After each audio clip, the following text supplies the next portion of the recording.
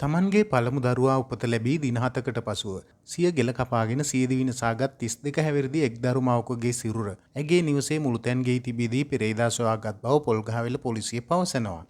මෙලෙස මියගොස් ඇත්තේ පොල්ගහවෙල ප්‍රදේශයේ පදිංචිව සිටි කුමුදු මදුසයන් නැමැති 32 හැවිරිදි කාන්තාවක්. මරණය සම්බන්ධයෙන් සිදු කළ මූලික පරීක්ෂණවලදී එම කාන්තාව මීට දින 3කට පෙරද සියදිවි නසා ගැනීමට උත්සාහ දරා ඇති බවත් තම කුළුඳුල් දරුවා බිහි කිරීමෙන් පසු ඇයට විෂාදය වැනි රෝග ලක්ෂණ පහළ වී ඇති බව හෙළි වී ඇති බවත් පොලිසිය සඳහන් කරනවා. නිවසේ කාන්තාවගේ මව්පියන් ඇතුළු තවත් සමාජිකයන් සිට ඇති අතර ඔවුන් නින්දට ගොස් සිටි පාන්දර කාලයේදී මෙම සිද්ධිය සිදු වී ඇති බව ලැබුණු සාක්ෂි අනුව හෙළි වී ඇතැයි පොල්ගහවෙල පොලිසිය තවදුරටත් පවසනවා.